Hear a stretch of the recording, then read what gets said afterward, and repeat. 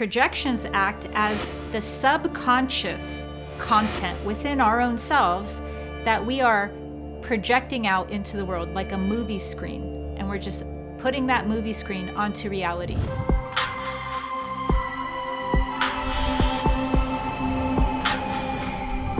Projections are the most basic part of this reality, and yet they're the most overlooked and misunderstood. So today, I'm going to be explaining what projections are and how they're the first stage of initiation towards spiritual awakening. There are so many different layers to projection. It is not a one-size-fits-all category, and it means more than one thing. For instance, the first and most foundational layer to projection is that we are in a projection of light. So we're literally in a universe that has our consciousness projected into it. And we are projecting our consciousness into this construct, and this construct is a hologram of light. So the very first layer of this entire reality is a projection. And from that projection, now we go into different densities and we explore different dimensions. But at the core of it all is a projection of our own consciousness into some form of interface. So our consciousness needs to interface in some way with an external reality, and it's through projection. And so at the heart of projection, it's something that neither is positive nor negative. It is a neutral interface for source to experience itself. Projections are so interwoven into our reality that they even operate as the collective agreements that create our objective reality. Objective reality is only objective to a certain degree. A large part of what we project into a reality as the laws or the governing principles are agreements made for that experience at a higher level of reality. Collective agreements are the beliefs we project into reality at the level of the superconscious. Now, within that primary stage of projection, we begin to project another layer on top of that first layer. And this layer becomes more into our personal consciousness. So we have the superconsciousness, which is projecting, and then within the superconsciousness, we begin to have our own consciousness projecting. And our own consciousness's projection is coming from one, the unconscious, which is what I would call the superconscious. If you'd like to know more about that, you can watch my video on the superconscious. And that is still coming from source consciousness. It's coming from the collective of all of source consciousness's perceptions. But then it's more personal still, because now it's honing in, it's narrowing in to our personal consciousness, our personal soul stream, if you will. And from there now, that would be considered the subconscious.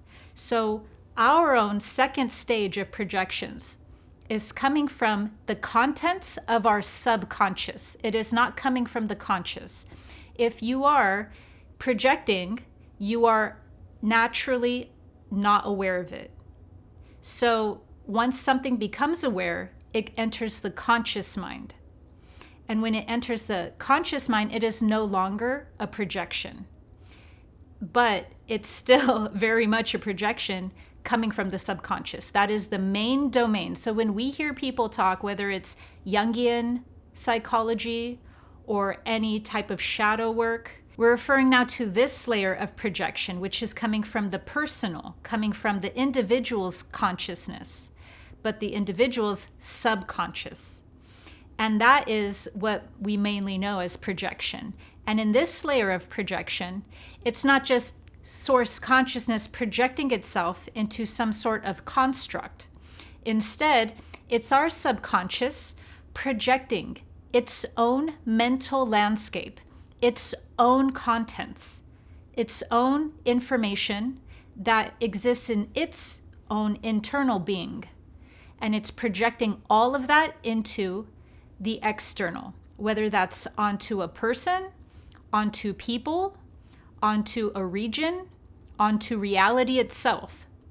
This is, in fact, why beliefs are so important. It's because beliefs are our main projection. And so when we're talking about projecting our limiting beliefs onto reality, now we have the projector inside our own mind projecting its own beliefs onto the landscape of reality. So our internal landscape is projecting itself onto the external in some way.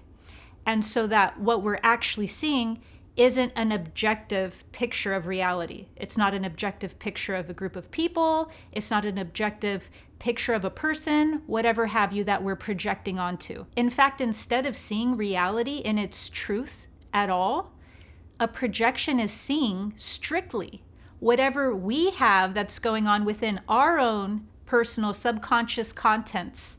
And we're just projecting that like a movie screen onto reality itself and calling that truth or calling that objective reality. So this is the first step in any form of mystery school or spiritual initiation. This is the first and primary step that needs to be made known, understood, and reconciled before anything else can be progressed with. We can't get to things that are more sophisticated in nature if we first don't understand projection and deal with our own projections, because this is the main key to all of the conflicts that we see taking place in reality and all of the interpersonal conflicts. They begin here. And then once we start understanding projections, becoming more aware of our own projections and what is not a projection and what is, and learning how to sift through at our own filters in reality, then that's when we can actually start developing psychic abilities or just tapping into our own psychic abilities. How projections are connected to psychic abilities is because projections are 100% psychic content. They're from our own psyche. And because they're from our own psyche, we cannot clearly see reality if we're really only seeing our own subconscious. Then we're not truly seeing reality as it is. And so when it comes to our own subconscious, now it has an even larger spectrum of what exactly a projection means, because we have a lot of positive things that we're projecting onto reality as well, or we're projecting onto a group of people or people, places, and things. So we don't just have our subconscious holding within it repressed forms of our own being that are strictly of a negative nature. It's anything that is oppressed, simply not made aware of, repressed. So it has a lot of information in it that we can just put under a larger metaphysical category called denial. So our subconscious is mainly projecting when we're talking about something that is being projected, and not talking about something that we're actually seeing clearly, because we can't see things clearly. But when we're talking about projections, what we're mainly doing is simply projecting things onto the external reality that are of a nature within us that we have denied, because the subconscious is usually projecting things onto the external that it's not aware of. And why would it not be aware of something? The main thing that we know in this age is shadow work, and that's been done in past ages under different names, is because there's content that's being denied. That could be very positive things within us that's being denied. That could be fears within us. And those fears can become so constricted in nature that it's not that we're unaware of it, but it can become so constricted that it takes on more power than our consciousness does. And when our fear takes on more power than our own personal awareness and our own conscious mind does, now that becomes a stronger projection that we really don't have full control over. And at that part, that's when we start hearing things in esoterica, such as an egregore. Projections do not operate simply in a Newtonian manner of equal and opposite. This is a very low-level understanding of what projections really are. If we are projecting onto someone else, that doesn't have to mean anything true about the other person. For instance, if we are insecure or jealous or intimidated by someone, and so we project onto that person storylines that are not even real, but that make us feel better about ourselves and distract the attention away from our own psyche, those are not rooted in reality at all. It is a projection of our own insecurities and our own inferiorities. You could line up with something you are projecting on simply to learn that you are projecting. This is also called awareness, and the universe is most interested in growing our awareness. The next form of projections are when we are projecting ourselves onto the outside, and that whatever we are projecting onto the outside is in fact reflecting a truth that we are perceiving, but that our projections are clouding this truth too much to even understand exactly what that is. For instance, this is if we are projecting our own self onto another person without being aware that we are seeing actually our own shadow and our own denials. The person who we are projecting on will still possess those qualities that we are projecting onto them. But the only difference is we are unaware that we are projecting our own repressed or unconscious self onto them. This is why projections are a horrible way to live, because you can absolutely perceive reality without constantly projecting your own unconscious onto the world. Projections are the default settings of humanity. They are only meant to be a gateway for us before we have developed a sense of discernment. Discerning and projecting are two entirely different things. This is the most difficult part to face when learning about projections. It's that there are more than one kind of projection, and some projections don't mean anything about any outside reality and have no basis in truth. While some projections do carry truth about what we are seeing within them, but that what that truth is will differ and will truly depend on what part of our own psyche the projection is coming from. In fact, if we do not know thyself, then projections is all we will ever see and all we will ever experience in our outside reality. In contrast, projections do not operate solely under the premise, spot it, you got it. It would actually be very dangerous for people to have that little awareness about what projections are. Or else we would not be able to identify dangerous individuals and dangerous situations in the world if we were trapped in a belief that all evil in the world is a projection of the evil within our own psyche. This truth about our collective shadow being the source of evil can become distorted to blind us from harmful intentions for humanity and dangerous situations we may place ourselves in and even our family in if we are belly gazing at reality as if it's simply our own projections. In fact, the reason why projections must be understood in their totality is because projections can be weaponized by people who want to use them as a smokescreen to gaslight others about the truth of what they are perceiving. This is why integrity is the most important quality on our journey, both for ourselves and others. Everything else can be reconciled. Everything else is a work in progress. But if there's no integrity, then any knowledge we learn will simply be weaponized to mask our own deceptions. If you want to live life beyond your own projections, then identify, cultivate, and nurture your integrity. And then, of course, we come to the main way that the term projection is used in this age, which is we're projecting our unknown, denied contents within us that we find undesirable, that we straight up do not like, but that are a part of us and that we're doing or that we're being. And that is the main way that the term projection is used. It's normally not used when we're projecting our beauty and projecting our positive traits onto something, even though that's still projection. And that is just as much what we do as much as we do our detrimental and undesirable traits. We project them equally. This is how leaders get into giant positions. It's because we project our humanity and our power and our beauty and our gifts and our talents onto them. So When we have these projections going on within us at the subconscious level, that is full spectrum, meaning it's not just one polarity. We're projecting things that we find straight up undesirable, that we don't even want to look at within ourselves. And so it's still going to be a part of our reality because it's still contained within us. So we're going to see it and attract it in the external. Or we're seeing something very beautiful in another person and it might not even be real. And that's a projection of what's inside ourselves. Or we're projecting our fears, because that's another main way that projection is used. We project our hopes and fears onto the external like nobody's business.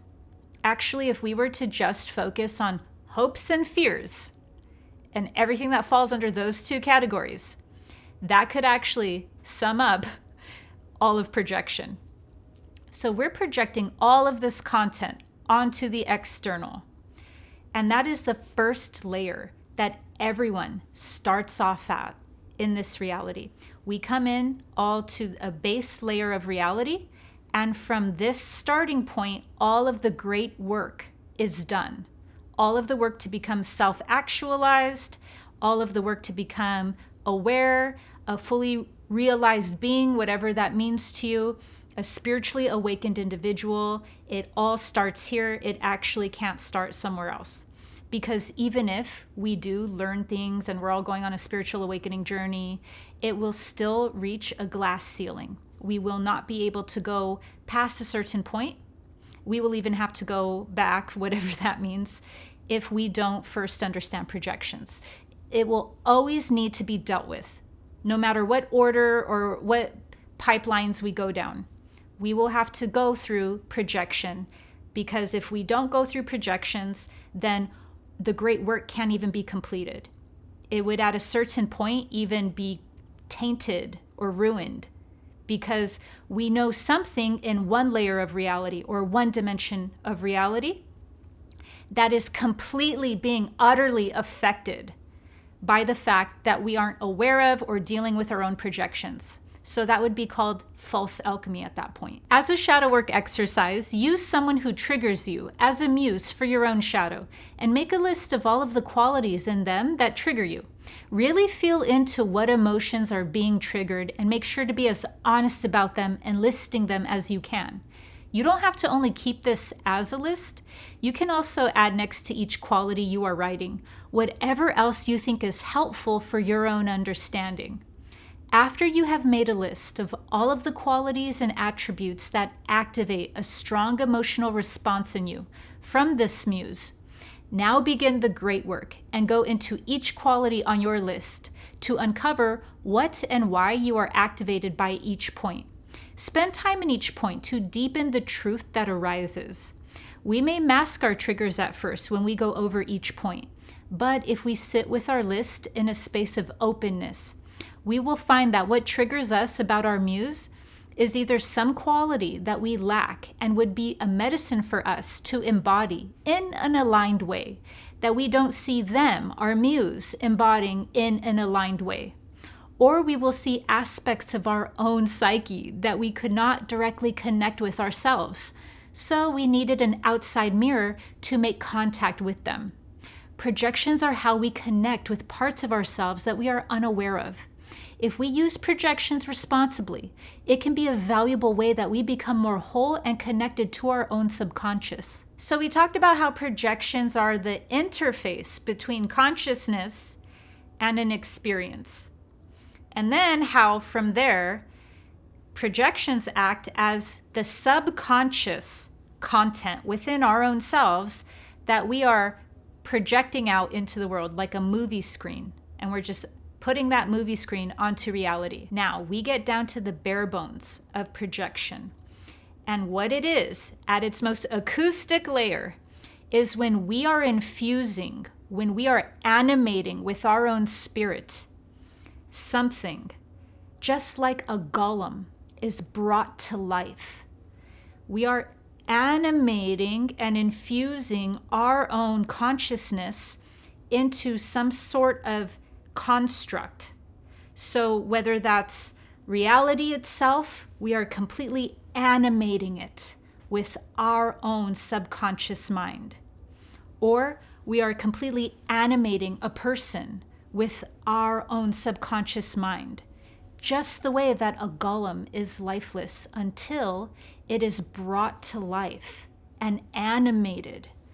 That is what a projection truly is. And we cannot lose sight of this, because when we are projecting, it's actually something that is one-dimensional in nature, so far removed that we're actually not being able to gauge its reality or gauge its truth at all, to the point where we are infusing, we are animating our own spirit into it so that it lives and is alive simply as a construct, some sort of thing that is a reality within us. So we are creating something in the external in our image, and that is what a projection is.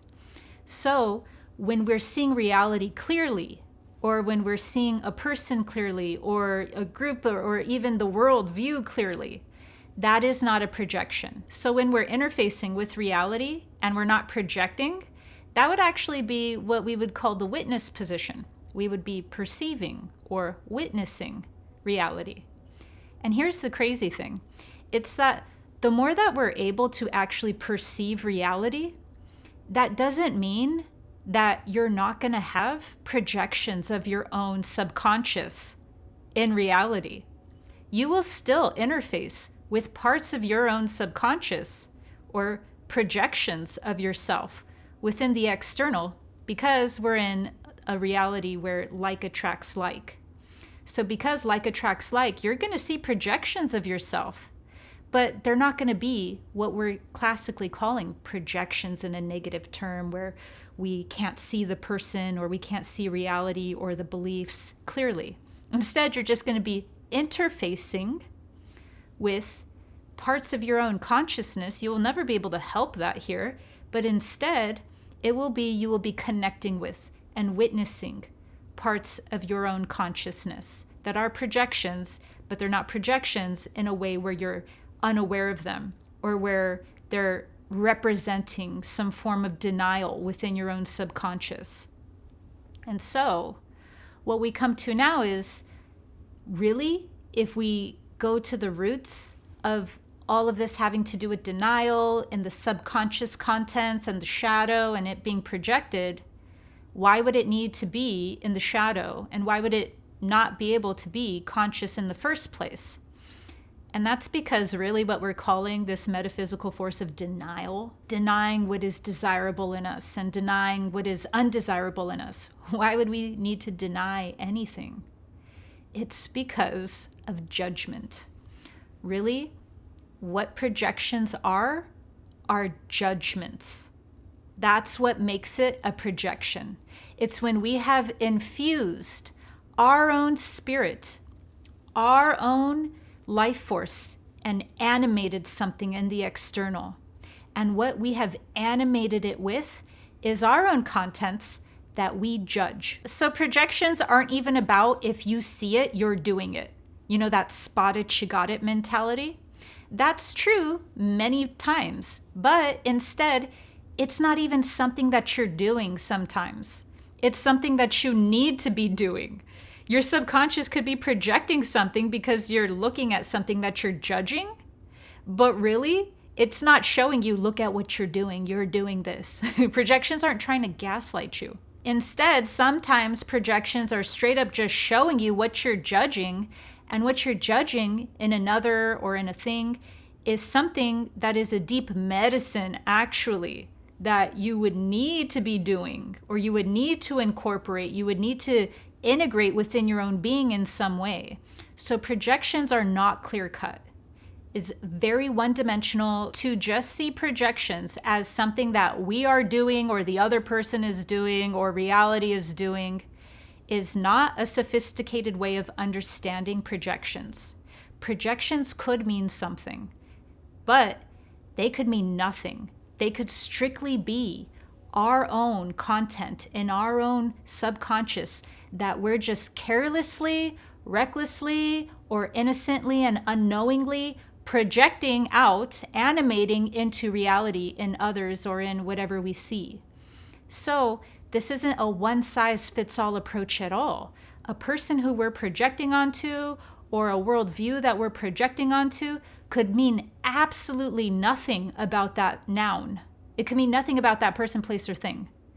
Or the more that we're self-aware and we're integrating our own consciousness, we're integrating our subconsciousness, the more inner work that we're doing, we could actually start seeing things in the external that are a projection still, but they're a more clear version of it.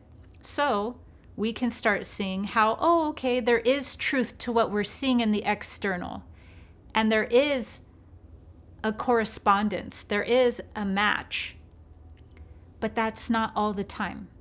And it really depends on how developed the person's consciousness is. The way that we calibrate the truth of what we're seeing in a projection and how much that projection has a match with us has to do with how much we know thyself.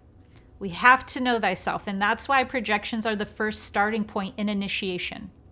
It's because they're where we know thyself. And we can't do anything. We can't go anywhere else. We can't progress along the great work if we don't first know thyself. And know thyself doesn't end, but we have to begin somewhere.